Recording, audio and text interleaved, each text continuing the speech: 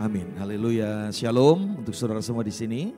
Shalom juga untuk saudara yang di rumah-rumah. Saya percaya hari ini menjadi hari yang Tuhan tentukan untuk kita menerima sesuatu, baik itu peringatan, kekuatan, bahkan sebuah teguran dari firman Tuhan. Saudara, saya masih melanjutkan seri khotbah saya tentang mewaspadai iblis si pencuri. Karena inilah yang Tuhan taruh dalam hati saya beberapa waktu ini. Ada banyak orang yang konseling, baik jemaat maupun orang-orang di luar sana yang harus mengalami banyak hal yang susah karena iblis yang mencuri. Sekali lagi, iblis mencoba mencari celah. Tidak selalu kita waspada dalam segala hal. Nah, seperti kita yang mungkin punya pengalaman pernah kecurian, kemasukan pencuri biasanya saat kita lengah. Nah, hati-hati saudara, itu sebabnya firman Tuhan mengingatkan kita pada hari ini tentang mewaspadai iblis sebagai pencuri. Baik saudara, hari ini saya melanjutkan apa yang menjadi ayat yang Tuhan taruh dalam hati saya beberapa waktu ini. Mari sekali lagi kita akan membaca ayat mas kita, Yohanes 10 ayat yang ke-10. Mari kita baca bersama-sama, 2, 3. Pencuri datang hanya untuk mencuri dan membunuh dan membinasakan.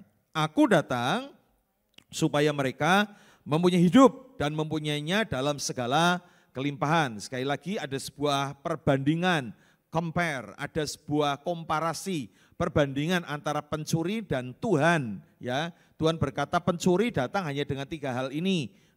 Tuhan berkata aku datang memberikan kau hidup, bahkan hidup dalam kelimpahan. Tetapi hati-hati, pencuri datang untuk 3 perkara ini, yaitu mencuri, membunuh, dan membinasakan. Alkitab berkata demikian. Nah saudara, perhatikan apa yang iblis curi dari kita ya. Hari ini kita masih ada dalam mencuri dan mungkin beberapa waktu besok kita akan bicara tentang apa itu membunuh, apa itu membinasakan. Nah hari ini kita akan bicara tentang 4 hal yang Tuhan taruh dalam hati saya tentang beberapa waktu ini Tuhan tunjukkan lewat peristiwa-peristiwa, saya baca peristiwa di media sosial ataupun konseling secara langsung. Saudara, ini yang iblis curi dalam kehidupan kita. Sebagai pencuri, iblis mencuri firman Tuhan. Benih firman Tuhan yang sudah ditabur, dicuri. Nah bagaimana cara dia mencurinya? Saya sudah sampaikan 2 Kamis yang lalu. Dan minggu lalu saya sampaikan, iblis curi apa? Sukacita kita. Tuhan menghendaki kita ini hidup dalam sukacita. Tetapi kita nggak bisa bersukacita, kenapa? Karena iblis curi sukacita kita. Caranya melalui apa? Nah ikuti khotbah minggu yang lalu, saudara bisa buka YouTube yang ada dalam YouTube channel kita, GBI Alitia Magelang. Nah hari ini saya lanjutkan tentang apa yang iblis curi dari kita, yaitu damai sejahtera. Ucapkan sama-sama, 2, 3, damai sejahtera. Saudara mari kita lihat, ada satu kehendak Tuhan bahwa anak-anak Tuhan diminta atau diperintahkan atau dirancang untuk hidup dalam damai sejahtera. Saudara terima ini sebagai sebuah kekuatan iman kita. Jadi kalau saudara hari ini sedang hidup tidak damai, saudara hidup sedang tidak mengalami damai sejahtera, saudara gelisah, saudara nggak bisa tidur, berarti itu bukan rencana Tuhan. Ada yang salah dalam hidup kita. Saudara mari kita akan camkan hal ini bersama-sama.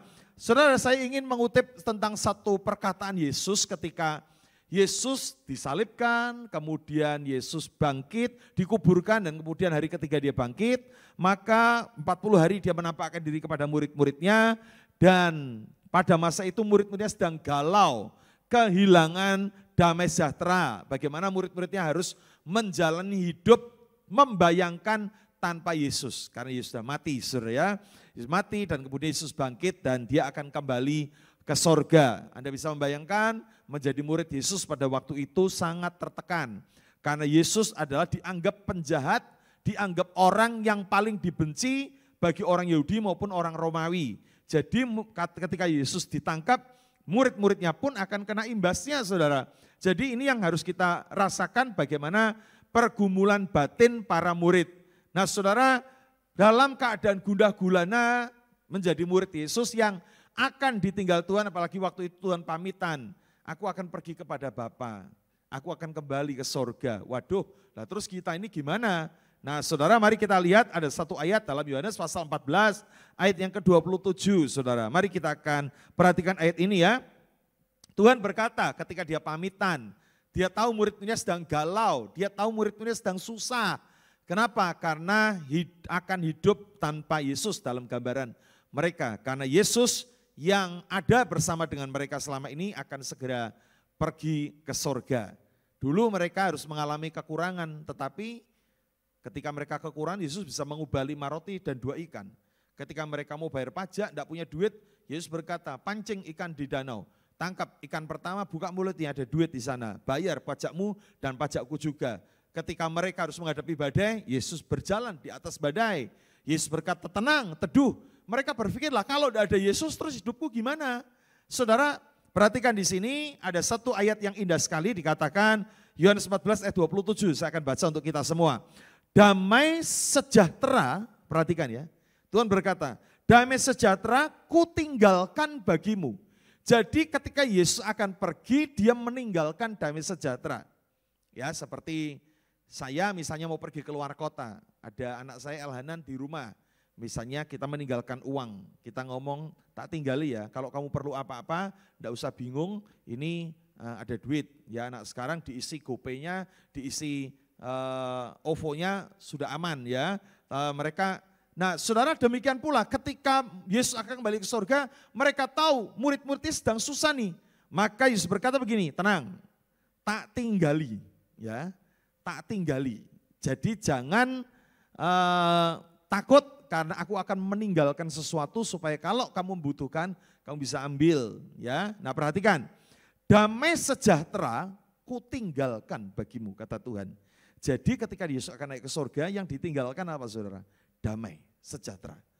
Supaya murid-murid enggak takut. Hari ini pun Tuhan berbicara dalam hati saya. Aku ingin memberikan kepada kita damai sejahtera. Damai sejahtera yang seperti apa? Dengar baik-baik ya. Ayat berikutnya ini ayat yang nyantol banget di hati saya saudara. Perhatikan. Damai sejahtera ku tinggalkan bagimu, damai sejahteraku ku berikan kepadamu. Jadi dengar baik-baik ya. Misal nih, ini aqua ini adalah, air minum ini adalah damai sejahtera. Yesus punya ini, punya stok nih ya. Nah misalnya pointer ini juga damai sejahtera yang Yesus punya ya. Nah, Yesus ngomong begini, ini bawa damai sejahtera nih. Yesus ngomong begini, damai sejahtera tak tinggal ya buat kamu ya. Tak kasih damai sejahtera, ya. Ayat berikutnya begini. Damai sejahteraku. Kali ini damai sejahteranya Yesus. Bukan damai sejahtera yang secara umum. Jadi yang nempel pada Yesus dikatakan begini, damai sejahteraku kali ini juga tak tinggal buat kamu. Jadi yang diberikan kepada kita bukan sekedar damai sejahtera yang diberikan orang secara umum, tetapi damai sejahteraku milik Yesus diberikan kepadamu dan apa yang kuberikan tidak seperti yang diberikan oleh dunia kepadamu. Saudara, dunia sehari ini menawarkan damai sejahtera. Anda susah, Anda capek, yuk healing. Mari, di Bali ada tempat-tempat healing, kamu akan damai. Kamu dipijat refleksi damai, kamu di spa, kamu akan rasa damai dengan bau aroma-aroma bunga yang memberikan kau ketentraman. Mari kita piknik kemana? Saudara ada banyak damai yang ditawarkan dunia. Tapi yang diberikan Yesus berbeda. Kenapa? Karena damai sejahteraku kutinggalkan bagimu. Nah saya jadi berpikir apa hebatnya damai sejahtera yang Yesus punya. Saudara ingat ketika Yesus akan ditangkap, Yesus begitu tenang, Yesus begitu damai, dia akan disalibkan, hatinya begitu damai. Bahkan ketika dia dipukuli, disesah, tubuhnya hancur, tapi dia memiliki damai.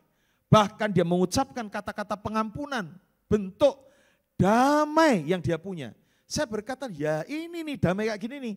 Damai yang di tengah-tengah kesulitan tetap ada dalam kedamaian. Dikhianati Yudas, dia tetap damai saudara.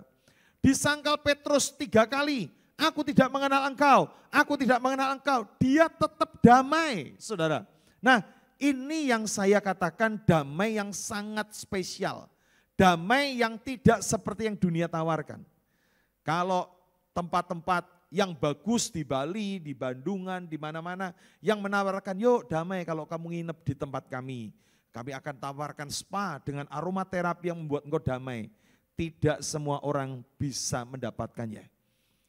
Orang berkata, jangankan spa, jangankan Pak untuk healing-healing. Ya untuk makan sehari-hari aja kami lagi pusing ya. Apalagi untuk spa harga ratusan ribu jutaan. Saudara, saya mau katakan satu hal ini, tidak semua bisa mendapatkannya. Tapi Yesus berkata, damai sejahtera ku tinggalkan bagimu, damai sejahteraku ku berikan kepadamu. Saya jadi melihat bagaimana sih Yesus ini damai sejahteranya seperti apa? Yaitu tadi itu, dikhianati Yudas tetap damai. Disangkal Petrus 3 kali tetap damai. Dipukuli, diajukan ke mahkamah agama, diadili dengan sangat tidak adil, Yesus tetap damai. Saudara, saya rasa itulah yang kita perlukan. Nah, iblis tahu tentang hal ini, makanya iblis mencoba untuk mencuri damai sejahtera dalam hidup kita. Yesus tahu apa yang kita perlukan untuk menjalani hidup kita, yaitu dalam damai sejahtera. Nah, karena Yesus memberikan damai, iblis tahu tentang hal ini, iblis bisa mencurinya, saudara.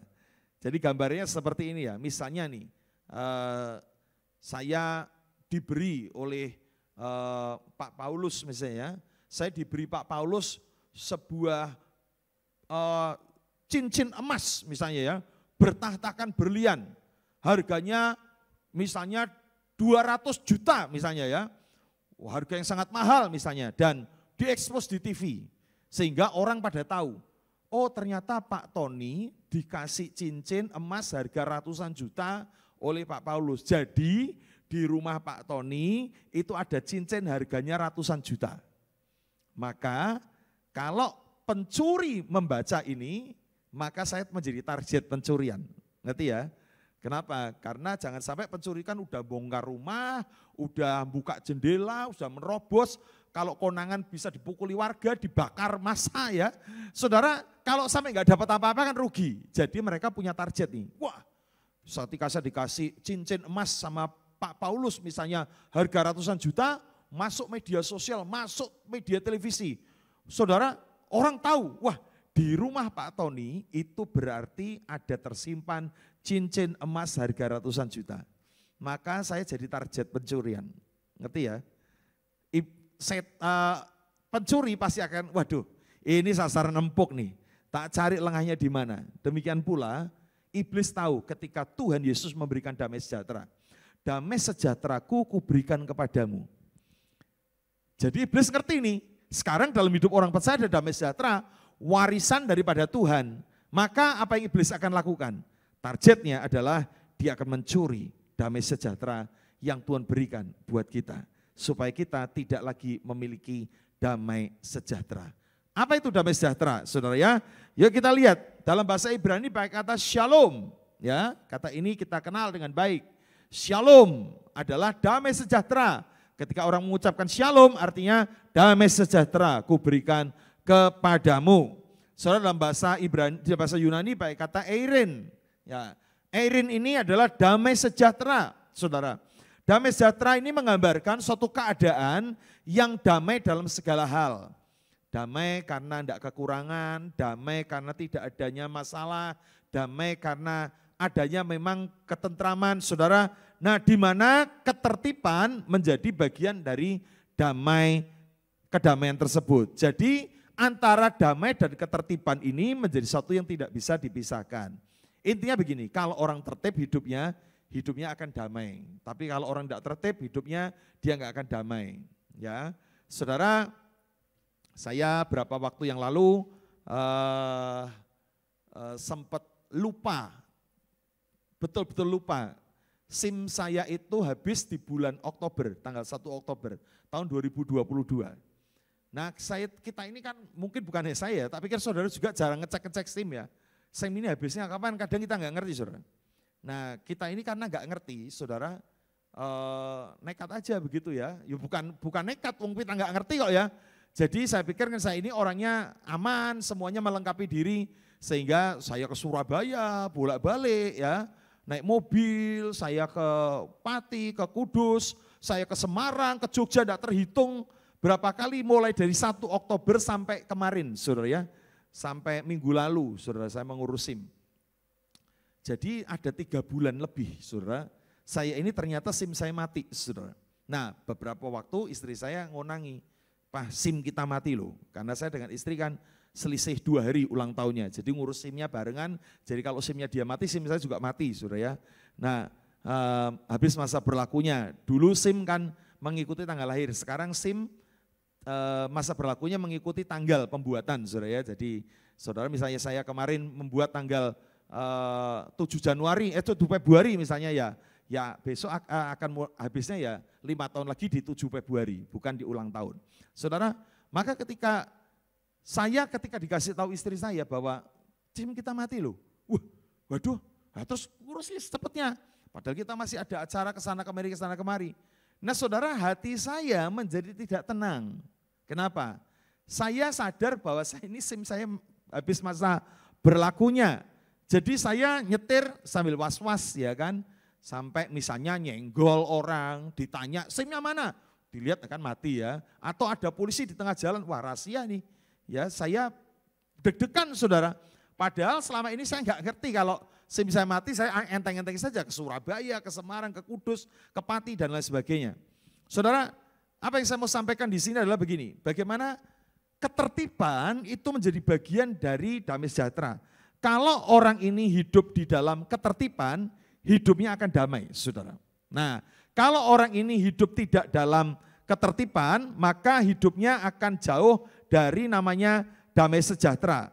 Maka dari itu saya rindu untuk hari ini kita melihat bagaimana damai sejahtera itu Tuhan ingin berikan kepada kita. Dan sekali lagi, target dari iblis adalah dia ingin mencuri damai sejahtera kita. Hati-hati saudara ya. Maka dari itu hari ini kita melihat ada satu ayat yang kita baca sebelum kita masuk di dalam apa yang Tuhan ingin untuk kita terima. Berikutnya adalah Ibrani pasal 12 ayat 14. Yuk kita baca sama-sama. Ayat penting ini, ada 2 poin yang akan muncul dari ayat ini. Yuk baca sama-sama, 2, 3. Berusahalah hidup damai dengan semua orang dan kejarlah kekudusan, sebab tanpa kekudusan tidak seorang pun akan melihat Tuhan. Saudara, di sini ada 2 perkara. Bagaimana kita bisa hidup dalam damai sejahtera. Yang pertama adalah iblis mencuri damai sejahtera kita melalui hubungan yang rusak, saudara ya. Iblis mencuri damai sejahtera kita melalui hubungan yang rusak. Maka Alkitab berkata, berusahalah hidup damai dengan semua orang. Kalau kita ini damai dengan semua orang, hidup kita damai. Ya, ada damai sejahtera. Tapi coba bayangkan, kalau hubungan kita dengan semua orang ini rusak, maka kita enggak akan damai, saudara. Maka hubungan baik harus terus dilakukan. Lewat apa, saudara? Suami istri, saudara ya, suami istri hubungan damai. Kalau suami istri ribut terus saudara, enggak akan ada damai di rumah. Enggak akan ada damai di dalam rumah tangga, saudara. Jangan sampai kita ini menjadi suami istri yang hidupnya bertengkar terus akhirnya suami malas pulang ke rumah. Ya, istri juga kalau suaminya pulang dia stres, saudara. Artinya apa? Hari ini jangan sampai hubungan itu, kalaupun ada suatu perselisihan, cepatlah pulih supaya ada damai sejahtera kembali. Saudara, di dalam keluarga, hubungan suami istri, orang tua dan anak, saudara. Biarlah ini juga ada dalam hubungan damai yang baik. Karena kalau ada hubungan orang tua dengan anak penuh dengan damai sejahtera, saudara, damai sejahtera akan mengalir, saudara. Jangan sampai kita ini mengalami hubungannya retak. Di dalam hubungan orang tua dengan anak, anak dengan orang tua, maka pasti damai sejahtera akan hilang dari kita. Bermasyarakat, ayo kita damai bersama dengan lingkungan. Kalau ada tetangga, saudara ya, ada ungkapan orang Jawa ngomong tonggo ki sedulur yang paling cedak, saudara ya. Itu ungkapan orang Jawa yang baik. Kenapa? Karena keluarga kita kadang sudah ada di mana-mana, di luar kota, di tempat yang jauh. Tetapi kalau ada apa-apa siapa yang bisa nolong saudara? Tetangga. Maka peliharalah hubungan dengan masyarakat, tetangga, berhubunganlah yang baik saudara. Mungkin ada kalanya kita harus bertetangga dengan orang yang jahat, judes ya, nyengit ya, tetapi belajarlah untuk tetap berdamai dengan mereka. Karena kalau kita ini ribut dengan tetangga saudara, waduh, kita akan kehilangan damai sejahtera ya. Mari kita akan hidup di dalam damai yang Tuhan ingin rancangkan buat kita. Masyarakat ya, yang berikutnya komunitas dalam gereja. Saudara juga harus hidup dalam damai dalam komunitas gereja. Kalau gereja ini isinya ribut, pendeta ribut dengan pengerjanya, pelayan Tuhannya ribut sesama pelayan Tuhan, ya, antar jemaat ribut, oh saudara nggak akan damai, ya. Bahkan bisa jadi nih kalau orang mau sudah ribut nih, tidak meninggalkan Tuhan sih, tetapi kalau mau ke gereja udah tanya-tanya, si bapak itu datangnya kebaktian jam berapa gitu ya? Oh jam pertama, kalau gitu aku datang yang sore, ya. Supaya kita nggak ketemu, kalau ketemu nyebelin saudara ya. Nah seringkali ketika kita harus menghadapi situasi yang tidak damai, maka yang terjadi kita ke gereja pun rasanya nggak ada damai sejahtera saudara ya.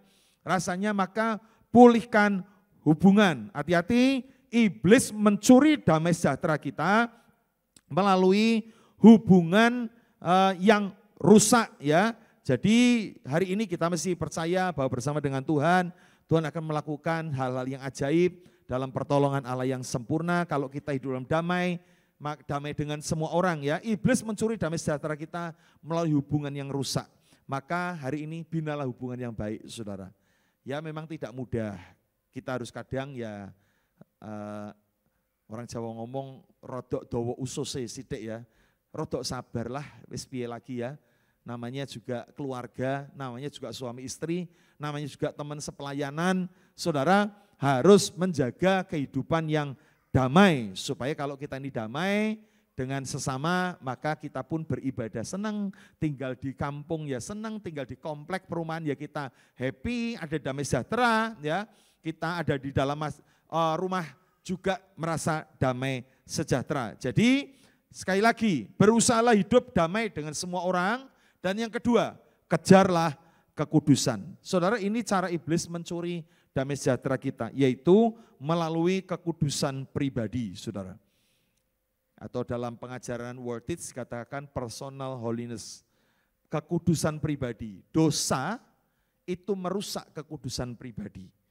Nah, kalau orang ini hidup dalam dosa, rusak kekudusan pribadinya, maka dengar baik-baik, dia akan kehilangan damai sejahtera.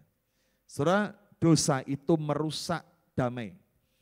Tidak ada seorang pembunuh yang hidupnya damai.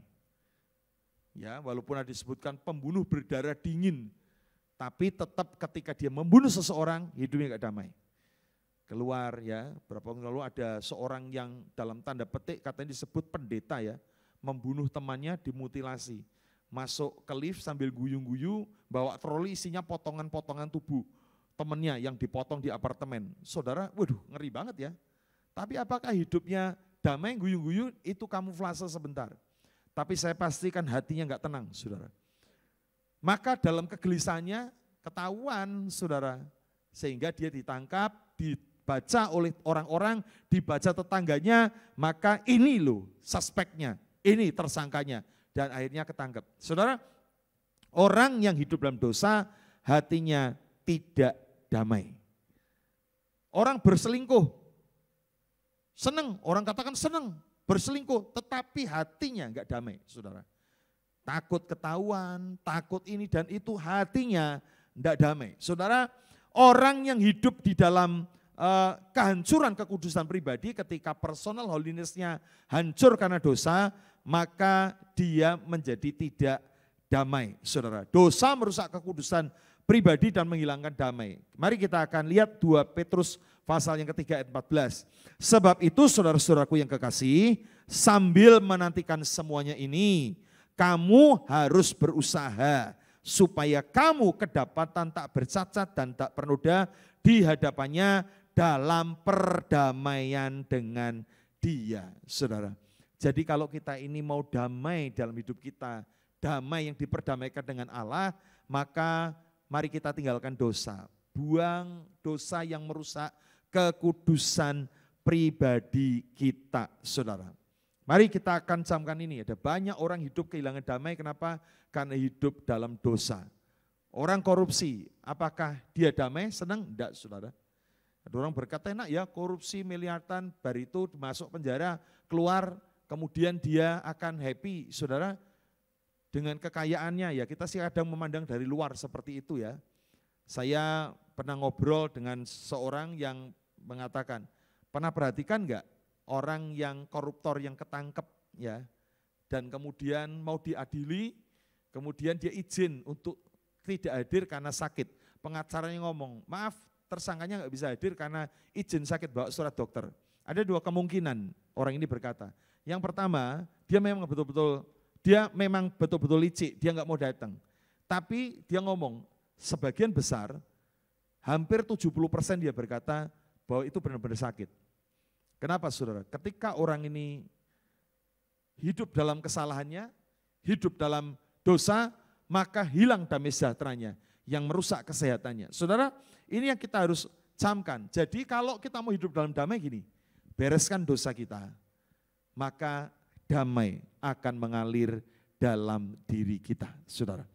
Orang yang tidak melakukan dosa, hidup dalam kebenaran, hidupnya tenang, saudara. Mau apa, saudara? Mau disalah mengerti kita ngomong enggak kok, hidup saya lurus kok, ya kan? Mau disalah mengerti ya itu kan hak kamu, menilai orang dengan cara pandang kamu. Tapi aku menjaga hidupku tetap kudus di hadapan Tuhan sehingga kita akan mengalami damai, saudara. Yang terakhir, damai. Bagaimana iblis mentargetkan kita untuk menjadi sasaran mencuri damai sejahtera kita. Nah kalau yang pertama tadi katakan, iblis mencuri damai sejahtera kita melalui hubungan yang rusak. Yang kedua, iblis mencuri damai sejahtera kita melalui harta, melalui damai sejahtera, melalui kekudusan pribadi yang dirusak. Dan yang ketiga, iblis mencuri damai sejahtera kita melalui harta. Saudara baca ayat yang penting ini, Matius 6 ayat yang ke-21, 2, 3. Karena di mana hartamu berada, di situ juga hatimu berada. Dengar baik-baik. Damai sejahtera itu menguasai hati kehidupan kita. Nah, Alkitab berkata, di mana hartamu berada, di situ hatimu berada, saudara. Nah, hati-hati. Tuhan memberikan kepada kita damai. Iblis tahu nih, ini barang berharga nih, ya. Seperti saya tadi ilustrasikan, saya dikasih Pak Paulus cincin harga ratusan juta. Iblis tahu, wah ini sasaran empuk nih. Ya, saya akan menjadi target untuk menjadi pencurian. Kenapa? Karena ada barang yang berharga. Ada barang berharga diberikan untuk kita, damai sejahtera. Maka iblis mentargetkan untuk mencurinya dari kita. Caranya lewat apa? Iblis tahu ayat ini, saudara. Di mana hartamu berada, di situ hatimu berada. Maka apa yang iblis lakukan? Dia akan curi harta kita. Kamis depan saya akan bicara, apa yang iblis curi dari kita? Harta. Kenapa? Karena dari harta itulah biasanya orang akan mulai terikat dengan damai sejahteranya. Berapa banyak orang berpikir susah ketika nggak punya uang, ya, panik, dan akhirnya mereka melakukan tindakan-tindakan yang jahat, tindakan-tindakan yang salah karena tidak punya uang. Ya, kalau orang tidak punya uang, akan ada banyak tindakan-tindakan yang tidak masuk akal. Ya, untuk memenuhi kebutuhan, maka orang lakukan apa saja, ya mencuri, ya merampok, ya korupsi, dan lain sebagainya. Perhatikan. Nah, iblis mencuri damai sejahtera kita melalui apa? Harta kita. Kenapa? Dia tahu nih, ada damai sejahtera yang Tuhan berikan, ini barang berharga. Dia akan curi, caranya lewat apa? Harta kita diludesi, supaya apa? Kita tidak lagi bisa mengalami sukacita. Saudara, kenapa iblis ketika diberi kebebasan oleh Tuhan, ketika iblis dipameri Tuhan tentang Ayub, kamu tahu hambaku Ayub, dia orang yang saleh. Dan iblis berkata, ya hebat, ya anakmu Ayub hebat, wong tanganmu melindungi dia kok. Engkau memberkati dia, coba angkat tangan perlindunganmu dari hidup Ayub, maka dia pasti akan mengutuki engkau. Tuhan berkata, oke, aku akan angkat tangan perlindunganku, tapi jangan sentuh nyawanya. Maka apa yang iblis lakukan? Dia pertama kali yang dilakukan bukan membunuh anak-anaknya, tapi dia ambil hartanya. Kenapa? Karena iblis tahu ayat ini. Bukankah harta dan anak itu lebih berharga anak, saudara? Berapa banyak orang tua yang anaknya sakit, dia rela jual mobilnya, dia jual rumahnya untuk supaya anaknya sembuh. Tapi itu bukan konsep yang iblis tahu. Iblis itu pikirannya lebih licik, saudara. Dia tahu ayat ini, di mana hartamu berada, di situ hatimu berada. Maka begitu iblis dikasih kesempatan, apa yang dia curi pertama kali dari hidup Ayub, bukan anaknya dulu, ya, tapi hartanya disikat dulu, saudara. Kenapa? Karena di mana hartamu berada, di situ hatimu berada. Kalau hartanya diambil, pasti dia hilang damai sejahteranya. Nah, di sini iblis keliru, karena Ayub punya kualitas iman yang hebat, saudara. Maka saya berharap kita menjadi orang-orang yang bisa dibanggakan Tuhan, karena hidup kita membutuhkan harta, tapi tidak terikat oleh harta. Katakan amin. Saudara, mari kita hidup dalam damai sejahtera kita, saudara. Biarkan apa yang terjadi dalam kehidupan kita, baik itu kelimpahan, kita tidak menjadi sombong, kita diberkati tidak menjadi tinggi hati, kita merasa kekurangan pun, saudara dengar baik-baik, kita tidak menjadi orang yang lemah dan kehilangan damai sejahtera. Harta bukan sumber damai sejahtera kita. Saudara, iblis sudah ingin mentargetkan untuk mencurinya dari hidup kita. Saya akan tutup dengan satu ayat yang sangat terkenal dalam kitab Habakuk yang menceritakan tentang semuanya gagal, tetapi Habakuk berkata, bukan harta yang menjadi sumber damai sejahteraku. Habakuk pasal 3 ayat 17-18. Sekalipun pohon ara tidak berbunga, pohon anggur tidak berbuah, hasil pohon zaitun mengecewakan. Sekalipun ladang-ladang tidak menghasilkan bahan makanan, kambing domba terhalau dari kurungan, dan tidak ada lembu sapi dalam kandang.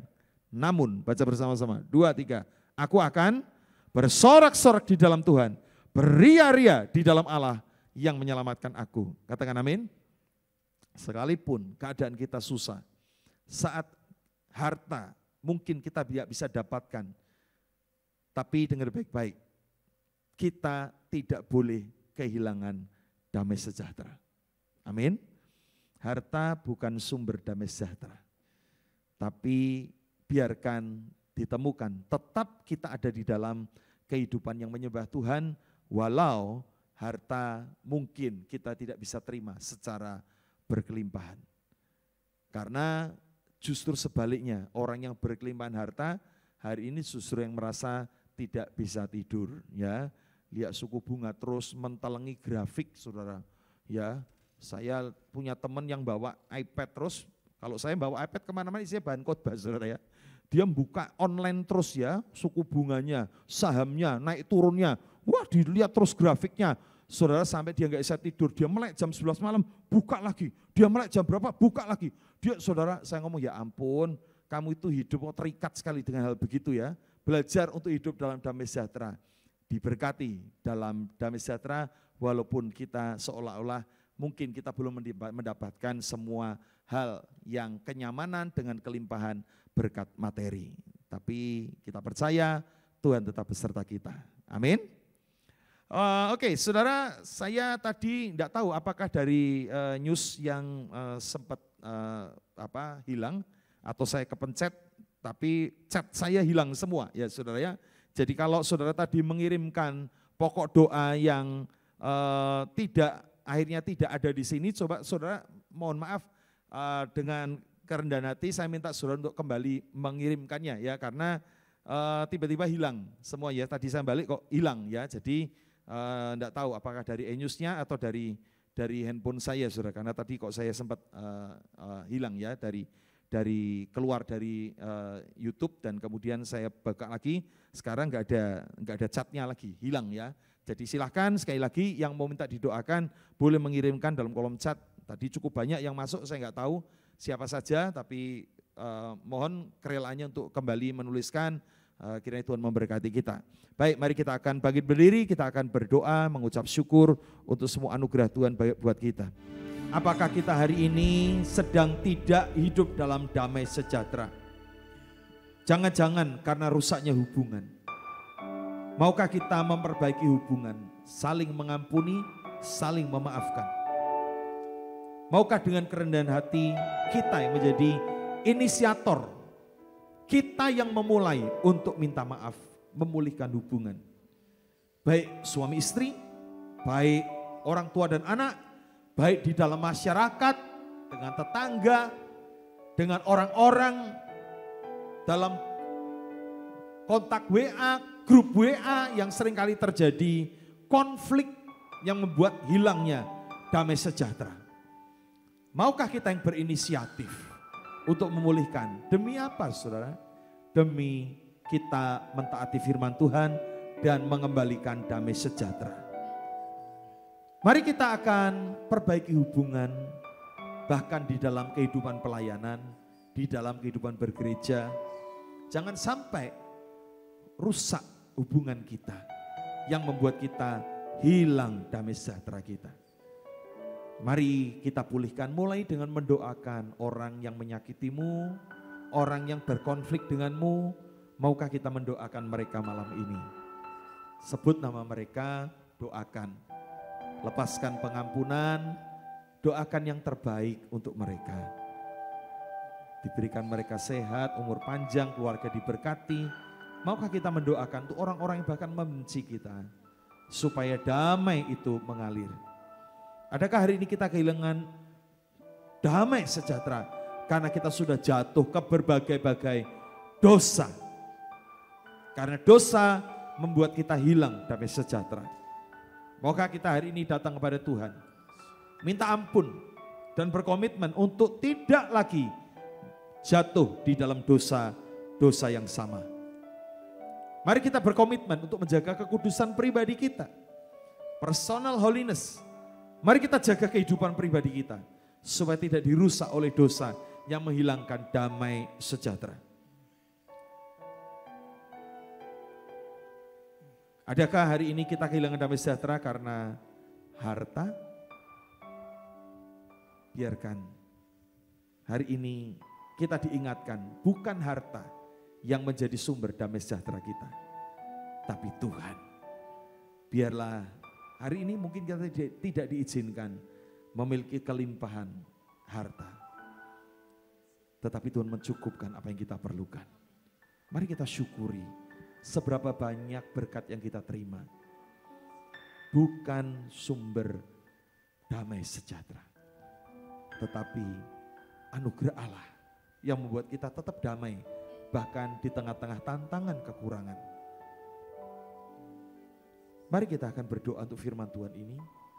Di dalam nama Yesus Kristus hamba-Mu berdoa supaya setiap kami yang mendengar firman Tuhan diberikan kepada kami damai sejahtera itu. Sehingga hidup kami tetap ada dalam damai-Mu. Damai yang Kau berikan kepada kami adalah sesuatu yang sangat berharga. Iblis tahu itu berharga, maka iblis berusaha mencurinya dari kami. Tuhan jagai supaya kami tetap hidup dalam damai sejahtera-Mu. Terima kasih Bapak. Ini saatnya kami juga mendoakan untuk anak-anak-Mu yang membutuhkan pertolongan doa. Kami mendoakan untuk pemulihan kesehatan Dina supaya Tuhan pulihkan dengan sempurna, sukacita, damai sejahtera Tuhan berikan kepada Dina sehingga Dina ada dalam pemulihan yang sempurna sehingga kembali boleh melayani Tuhan dengan sukacita. Terima kasih Bapak. Kami doakan juga untuk Erik dan Tina yang malam ini juga dalam perjalanan dari Solo menuju ke Magelang. Kami berdoa kiranya keluarga ini adalah berkat-Mu. Setiap apapun yang mereka doakan, Tuhan mendengar, keselamatan daripada Allah menyertai perjalanannya. Selamat sampai Magelang dalam perlindungan Allah yang sempurna. Kami mendoakan juga untuk Ibu Neti, ibu dari teman yang tadi pagi kecelakaan, teman dari Anita Setia, kiranya Tuhan memberikan kesehatan, pemulihan, sehingga tidak ada yang berbahaya dari Ibu Neti yang baru mengalami kecelakaan. Kasih kesembuhan daripada Allah sempurna atas kehidupan Ibu Neti. Tuhan memberkati, kami percaya kuasa Tuhan terjadi. Kami doakan juga Bapak Agus Indrawan, Tan Ingwai, papa dari Han yang besok akan cek ke dokter karena diagnosa kena glukoma. Kami doakan dari tempat ini Tuhan menjamah, Tuhan memulihkan sehingga apa yang dianggap suatu hal yang menakutkan malam ini Tuhan bereskan sehingga Tuhan memberikan kesembuhan yang sempurna. Dalam nama Yesus Kristus segala berkat damai sejahtera Allah turun melingkupinya. Terima kasih Bapa, kami percaya kuasa Allah terus terjadi dalam kehidupan anak-anak-Mu. Tuhan, Kami berdoa untuk anak-anak-Mu yang malam ini hadir di tengah-tengah jemaat-Mu, kiranya Tuhan sendiri akan memberkati. Sehingga kami yang dengan setia di tengah-tengah cuaca yang hujan, Engkau tahu kesetiaan kami, Engkau tahu kerinduan kami untuk menerima berkat-Mu. Tuhan berkati jemaat yang setia beribadah, jemaati para pelayan Tuhan yang juga dengan setia melayani Tuhan. Kami doakan kiranya apapun investasi kami malam ini diberkati oleh Tuhan. Dan Tuhan membalas berkali-kali lipat. Terpujilah nama Tuhan, kami percaya kuasa Allah senantiasa terjadi dalam hidup kami. Untuk setiap doa-doa yang tidak sempat didoakan, kami percaya Tuhan mendengar, Tuhan melakukan melampaui apa yang kami pikirkan dan doakan. Tuhan memberkati, kiranya kasih anugerah Allah menyertai kami di dalam nama Yesus Kristus. Bahkan mereka yang di dalam kolom chat, Tuhan sendiri akan memberkati untuk Mas Joshua dan Dik Joyce, untuk Budina, untuk Maria Alvania, untuk semua yang ada di dalam kolom chat. Kiranya Tuhan juga memberikan pertolongan, berkat-berkat-Mu senantiasa mengalir dengan luar biasa. Terpujilah nama Tuhan, kiranya kasih damai sejahtera Allah melingkupi kami. Angkat kedua tangan kita dan terimalah berkat yang menjadi bagian kita. Tuhan memberkati engkau dan melindungi engkau. Amin. Tuhan menyinari engkau dengan wajahnya dan memberi engkau kasih karunia. Tuhan menghadapkan wajahnya kepadamu dan memberi engkau damai sejahtera. Di dalam nama Yesus Kristus yang percayakan sama-sama. Amin. Selamat malam, Tuhan Yesus memberkati.